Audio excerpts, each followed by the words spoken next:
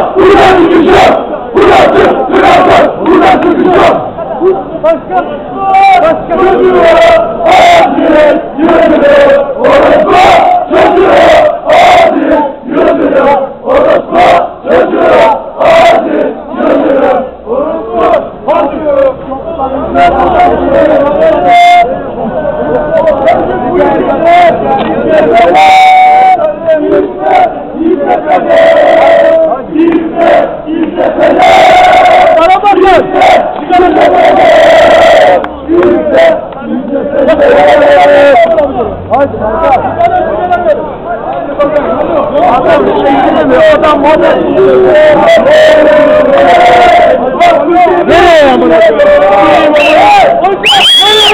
Nereye? Geri gelin, geri.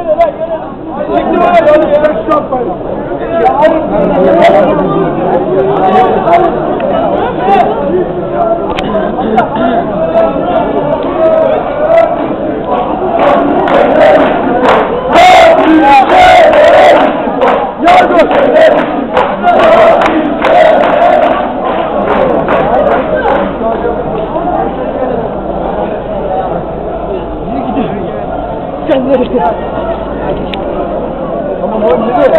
Bir de selamlar gelsin buraya bir de bağırsın. Onları da göreyim. Yürüyün! Hey! Bir de bedava bir de selamlar gelsin bağırsın. Yürüyün bakayım. Ömer! Ömer! Haydi oğlum haydi! Siz misiniz? Haydi! Mehmet! Yürü! Yürü gel. Haydi bakalım. Haydi.